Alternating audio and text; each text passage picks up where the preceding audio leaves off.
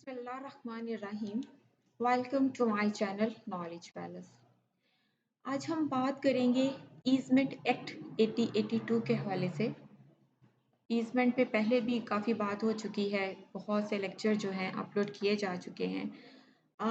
First 2 chapters जो हैं वो मैं अपलोड कर चुकी हूँ, डिफरेंट वीडियोस अपलोड की जा चुकी हैं। आज हम डिस्कस करेंगे chapter 3 of easement act, the incident of easement, और यह सेक्शन 20 है, इंसिडेंट ऑफ ईजमेंट। सेक्शन 20 कहता है रूल्स कंट्रोल्ड बाय कॉन्ट्रैक्ट और title. The rules contained in this chapter are controlled by any contract between the dominant and servient owner relating to the servient heritage, and by the provision of the instrument or decree, if any, by which the easement referred to was imposed. Easement act में कुछ rules बताए गए हैं।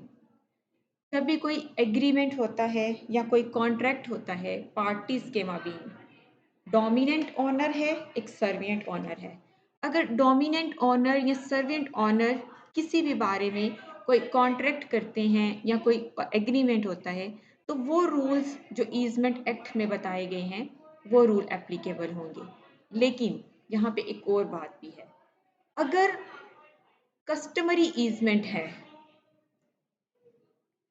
incident of customary easement, and when any incident of any customary easement is inconsistent with such rules, nothing in this chapter shall affect such incident. अगर dominant owner and servient owner के माबीन कोई contract होता है, कोई agreement होता है, और उस एग्रीमेंट में कुछ रूल्स मेंशन कर दिए जाते हैं और बाद में उस एग्रीमेंट के बारे में कोई डिस्प्यूट अराइज हो जाता है, तो वो रूल्स जो कि कॉन्ट्रैक्ट में मेंशन किए गए थे या वो टर्म्स एंड कंडीशन जो उस कॉन्ट्रैक्ट में लिख दी गई थी, उन्हीं वही टर्म्स या कंडीशन या वो रूल्स प्रिवेल करेंगे। जो रूल्स ईजमेंट में मेंशन किए गए हैं वो उनको इग्नोर कर दिया जाएगा। यहाँ पे वो रूल जो है प्रिवेल नहीं करेंगे अगर वो रूल्स इनकंसिस्टेंट हैं विद दैट रूल्स जो कि उस एग्रीमेंट में लिखे गए थे। ये था हमारा सेक्शन 20। इसके बाद बहुत अहम सेक्शन है 21, bar to use unconnected with enjoyment. An easement must not be used for any purpose not connected with the enjoyment of the dominant heritage. Easement का पर्पस क्या है? For the beneficial enjoyment of the dominant heritage. अब ऐसी easement जो कि connected नहीं है dominant heritage से, वो ईजमेंट जो है यूज नहीं कर सकते, वो बार है जो कि कनेक्टेड नहीं है। तो ईजमेंट सिर्फ जो राइट ऑफ ईजमेंट है हम वही अवेल कर सकते हैं जो कि कनेक्टेड है डोमिनेंट हेरिटेज से। अब वो ईजमेंट जो कि डोमिनेंट हेरिटेज से कनेक्टेड ही नहीं है वो बार्ड है, उसे अवेल नहीं किया जा सकता। For example, A as a owner of a farm Y, A जो है ओनर है, फार्म वाई जो है उसका ऑनर है, has a right of way over बीज land to Y.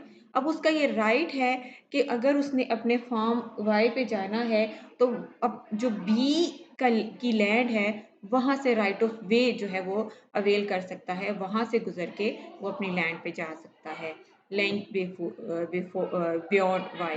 A has another form z, अब A का एक और फॉर्म भी है z, the beneficial enjoyment of which is not necessary for the beneficial enjoyment of y.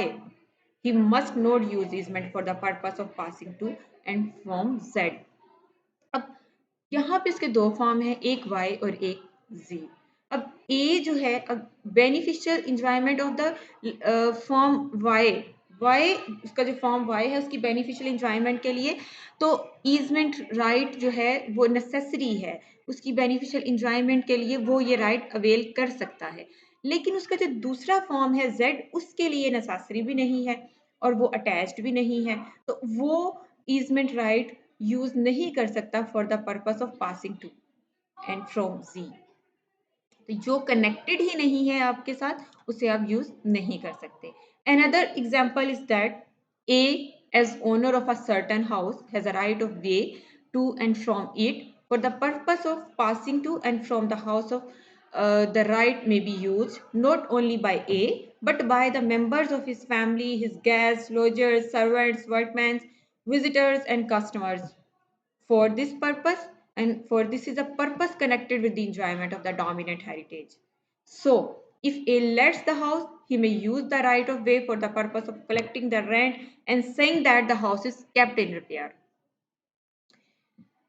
मैं मज़ीद explain कर देती हूँ कि ए जो है एक घर का ओनर है और उसे राइट ऑफ वे चाहिए, बी का जो लैंड है या वहाँ से उसको राइट ऑफ वे चाहिए, क्योंकि उसको वहाँ से गुजरने का रास्ता चाहिए। अब ए अकेला उस घर में नहीं रहता बल्कि उसकी फैमिली, उसके सर्वेंट्स, उसके वर्कमैन, उसके विजिटर्स वगैरह सबको ये राइट अवेलेबल है कि वो एक ही घर में, एक ही जितने फैमिली मेंबर्स हैं एक ही घर में, उसकी फैमिली मेंबर्स हैं, उसके लीगल एयर्स हैं, उसकी गेस्ट हैं, उसके सर्वेंट्स हैं, तो सबको ये राइट जो है अवेलेबल है क्योंकि उन्होंने भी तो उसके घर जाना है, तो उनको उसको भी राइट है वो कि बी के लैंड से वो गुजर के उस रास्ते से जा सकते हैं क्योंकि ये कनेक्टेड है for the enjoyment of the dominant heritage, for the beneficial enjoyment of the dominant heritage. अब अगर ए वो घर छोड़ देता है और लेकिन या तो उसकी कंस्ट्रक्शन वगैरह करवा रहा है, उसको रिपेयर करवा रहा है या उसको उसने लीज पे दे दिया है, तो फिर वो उसे उसकी रिपेयर के पर्पज से उसे वहाँ पे बार-बार आना पड़ता है या उसे रेंट वगैरह के लिए रिसीव करने के लिए वहाँ पे आना पड़ता है, तो उसका राइट जो है वो फिर भी रहेगा, वो ख़त्म नहीं होगा, वो जब तक उसके पास वो ओनर है चूँकि वो कभी भी उसके रिपेयर के पर्पज से या रेंट वगैरह कलेक्ट करने के पर्पज से वो आएगा तो वो बी की लैंड से उसका जो राइट वे था वो उसे अवेल करेगा, उसका खत्म नहीं होगा। ये था हमारे पास सेक्शन 21। आगे हम सेक्शन 22 देखते हैं, exercise of easement. Confinement of exercise of easement. The dominant owner must exercise his right in the mode which is least erroneous to the servient owner, and when the exercise of an easement can, without detriment to the dominant owner, be confined to a detriment part of the servant heritage.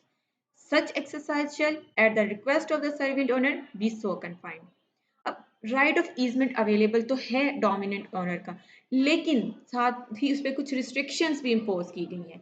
वो ये हैं कि dominant owner जो है अपने easement right को avail तो करेगा, एक्सरसाइज करेगा, लेकिन इस तरह से वो अपने राइट को एक्सरसाइज करेगा कि जो सर्वियंट ओनर के लिए लेस इरोनियस हो, उस पर ज़्यादा बर्डन ना आए, उस पर बहुत ज़्यादा बोझ ना आ जाए, और जो सर्वेंट ओनर के लिए किसी भी किस्म की प्रॉब्लम ना क्रिएट करे या उसको सर्वेंट जो ओनर है उसको कन्फाइन ना कर दे या सर्वेंट हेरिटेज है उसको किसी तरह से कन्फाइन ना कर दे।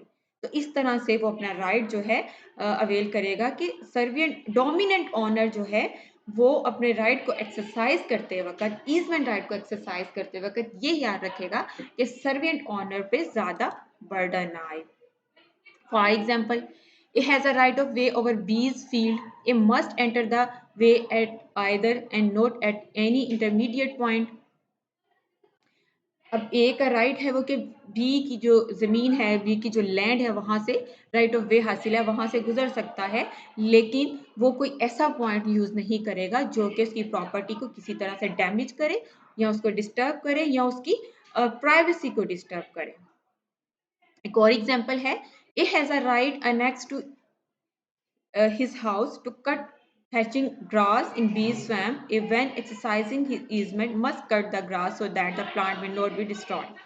अब ए का ये राइट है वो कि वो उसने बी की लैंड से उसने राइट ऑफ वे जो है वो ये अवेल कर रहा है, उसका रास्ता वो वहाँ से गुजर के जाता है, लेकिन रास्ते में कोई ऐसी बुशेस हैं, कोई झाड़ियाँ हैं जिसको जो कि वहाँ पे प्रॉब्लम क्रिएट कर रही हैं वहाँ से गुजरने में, और उसे वो काटना चाहता है, तो वो क्या करेगा, जो एक्स्ट्रा बुशेस हैं, जो एक्स्ट्रा कोई ट्रीज हैं वो जो है उसको काटेगा। वो ये नहीं करेगा, जो ग्रास वगैरह है वो उसको काट देगा, ये नहीं करेगा कि उसके जो प्लांट्स वगैरह हैं उसको डिस्ट्रॉय नहीं करेगा। उसकी अगर कोई फ्लावर्स हैं, कोई खुद ऐसे फ्रूट कोई ऐसे प्लांट्स या ट्रीज जो उसने खुद लगाए हुए हैं जिसकी वजह से उसकी खूबसूरती खराब हो रही है, तो उसको काटने की वजह से तो वो उनको जो है नहीं करेगा। सिर्फ वो ट्री या वो बुशेज या वो ग्रास जो है काट सकता है जहाँ जो कि ज़रूरी है जो वहाँ से गुजरने के लिए, लेकिन बाकी उसके लैंड को किसी भी तरह से डिस्ट्रॉय नहीं करेगा। ये था हमारे पास सेक्शन 22। उसके बाद है नेक्स्ट सेक्शन है 23, right to alter mode of enjoyment। Subject to the provision of section 22, the dominant owner may from time to time alter the mode and place of enjoying the easement, provided that he does not thereby impose any additional burden on the servient heritage। Section 23 कहता है कि जो dominant owner है वो अपने rights को avail करेगा, लेकिन अवेल करते वक्त वो एक्स्ट्रा बर्डन नहीं डालेगा जो सर्विएंट ओनर पर। लेकिन जो डोमिनेंट ओनर है उसके पास ये राइट है कि वो with the passage of time अगर अपनी इंजॉयमेंट का मोड जो चेंज करना चाहता है, जो ईजमेंट राइट है उसको थोड़ा सा चेंज करना चाहता है, तो वो कर सकता है, लेकिन इस तरह से करेगा कि इसके चेंज कर देने की वजह से जो मोड चेंज कर रहा है उसकी वजह से सर्विएंट हेरिटेज पे कोई एक्स्ट्रा बर्डन ना आ जाए। इसकी एक्सेप्शंस हैं। The dominant owner of a right of way cannot vary his line of passage at pleasure, even though he does not thereby impose any additional burden on the servient heritage। तो यहाँ पे भी इसकी exception ये है कि dominant owner जो है उसका ये राइट है कि dominant owner of a right of way can not vary his line of passage at pleasure. वो अपनी मर्जी से अपनी खुशी से किसी जो राइट ऑफ वे को जो है उसको नहीं कर सकता, वेरी नहीं कर सकता। और कोई इस तरह से जो है उसका ये राइट है कि जो डोमिनेंट ओनर है वो इस तरह से अपने ईजमेंट राइट को यूटिलाइज ना करे कि उसे सर्विएंट हेरिटेज पे कोई एक्स्ट्रा बर्डन आए। इसको मैं एक और इलस्ट्रेशन से आपको एक्सप्लेन कर देती हूँ। A, the owner of a sawmill, has a right to flow of water sufficient to work the mill. He may convert the sawmill into a corn mill, provided that it can be worked by the same amount of water. A जो है एक saw मिल का honour है। अब उसका ये right है कि वो जितनी ज़रूरत है उसके मिल को पानी की वो ले सकता है पानी, लेकिन बाद में अपनी सॉ मिल को कन्वर्ट कर लेता है कॉर्न मिल में। तो अब उसी अमाउंट में जिस अमाउंट में वो पहले जितना कि वो पानी उसको उसके लिए ज़रूरी है वो ले रहा था अभी भी ले सकता है, लेकिन इस तरह से नहीं कर सकता कि वो एक्स्ट्रा बर्डन डाल दे किसी भी सर्विएंट ऑनर पे या सर्विएंट हेरिटेज पे। ज़रूरत से ज़्यादा बर्डन नहीं डाल सकता। एक और एग्जांपल है, A has a right to discharge on B's land the rainwater from the eaves of A's house. This does not entitle A to advance his eaves if by so doing he imposes a greater burden on B's land. अब ए जो है उसका ये right है कि अगर जो rain water है उसके घर पे ज़्यादा जो जमा हो गया है तो उसे वो डिस्चार्ज करना पड़ जाता है, तो उसके साथ जो एक्स्ट्रा जो लैंड है बी की वो वहाँ पे डिस्चार्ज कर सकता है। लेकिन इसका मतलब नहीं ये कि ए जो है इतना पानी ज़्यादा जो है वो डिस्चार्ज कर दे बी की लैंड के बी पे जो है एक्स्ट्रा बर्डन पड़ जाए। तो इस तरह से वो उस पे वो पानी तो डिस्चार्ज कर सकता है जो भी रेन वाटर है, लेकिन इतना ज़्यादा बी की लैंड पे या जिसकी वजह से बी की लैंड को डिस्ट्रॉय होने का खतरा हो या उसकी कुछ भी उसका नुकसान होने का खतरा हो, तो इस तरह का वो बर्डन जो है नहीं डाल सकता। एक और एग्जांपल है, A as the owner of a paper mill acquires a right to pollute a stream by pouring in the surface liquor produced by making in the mill paper from rags. He may pollute the stream by pouring in similar liquor produced by making in the mill paper by a new process from bamboos, provided that he does not substantially increase the amount or injuriously change the nature of the pollution. ए जो है एक owner है paper मिल का, उसी एक paper मिल है। अब वहाँ से उसका ये राइट है कि उसकी जो वो पोल्यूट कर सकता है, उसके पास जो स्ट्रीम है उसके पास है, तो उसका राइट है कि अपनी मिल को प्योर करने के लिए जो एक्स्ट्रा पोल्यूटेड जो भी चीज़ है वो उसको वहाँ पे जो है डिस्चार्ज कर सकता है, क्या कि रैग्स है पेपर मिल उसको जो है प्योर कर सके। वो तो उसके पास ये तो राइट है कि ही में pollute the stream by pouring in similar liquid produce by making in the mill paper and by a new process from bamboos. लेकिन साथ ही ये भी कहा कि वो इतना ज़्यादा बर्डन नहीं डाल सकता या इतनी ज़्यादा अमाउंट में वो उसको एयर को पोllute नहीं कर सकता। वो जो स्ट्रीम है उसको पोल्यूटेड जो है इतना नहीं करेगा कि वो इंजूरियसली चेंज कर दे, उस पोल्यूशन की जो नेचर है वो ही चेंज कर दे। जितना जितनी हर फैक्ट्री जो है, हर माइन जो है कुछ ना कुछ एयर को पोल्यूटेड जो है, एयर जो है, पोल्यूशन जो है वो क्रिएट कर रही है। तो उस मिल से जितनी पोल्यूशन जो है वो खारिज हो रही है, तो वो रीजनेबल हद तक होनी चाहिए। इतनी ज़्यादा इंजूरियसली तौर पर उसको चेंज नहीं कर सकती इसकी नेचर को, तो इतना ज़्यादा बर्डन जो है नहीं डाला जा सकता। एक और इसकी एग्जांपल देख लेते हैं। A is a riparian owner acquires as against the lower riparian owner a prescriptive right to pollute a stream by throwing a sawdust into it, and this does not entitle A to pollute the stream by discharging into its poisonous liquor।